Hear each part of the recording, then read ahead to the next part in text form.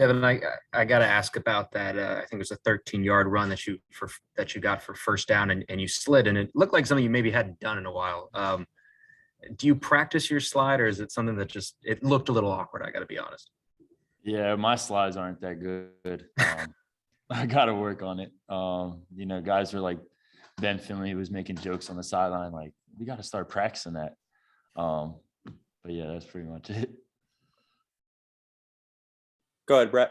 Yeah, Coach said you were aware of the Wake Forest game before you came out to play tonight. How much did that kind of add to the motivation, or was there already enough motivation to bounce back after last week's disappointment? Yeah, I think there's always, the motivation to bounce back is always the priority. Obviously, Wake Forest and the rest of their schedule, it's at stake for depending on where we will end up. So obviously, I would like to follow it. I like to see, where we could potentially land. But, coming off a loss and being able to respond the right way has always been a priority for me. Go ahead, Luke.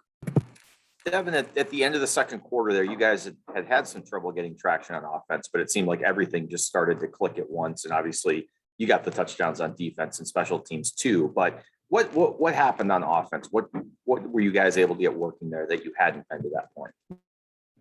Yeah, man, I just think it's really just getting into rhythm. We practice. Syracuse does a whole bunch of different looks on defense. They do a whole bunch of different coverages and pressures. And, we try to practice as many possible throughout the week.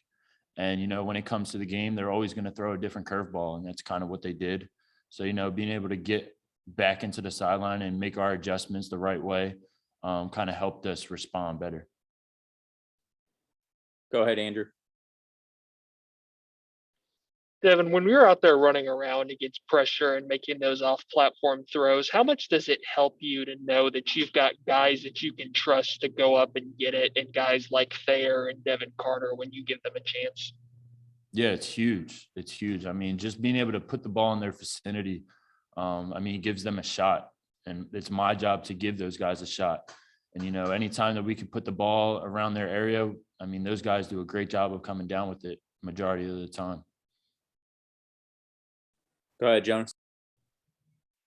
Against this defense, it was pretty important to get some traction on the ground. How big was it to see Bam and Ricky break out some big runs, especially see Ricky get back in the end zone? How much they helped you out today getting some ground game going?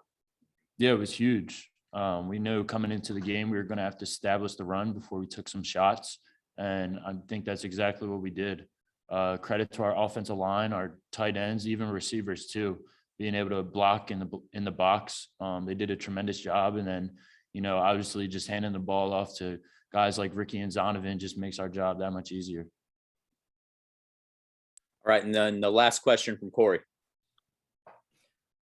Devin, looking over the last 5 games, you've thrown for over 300 yards in every single one of them. Obviously, the importance of the passing game has kind of ratcheted up over the last few games, but how comfortable do you feel in when you need to pass, being able to put the team on your shoulders? Yeah, extremely.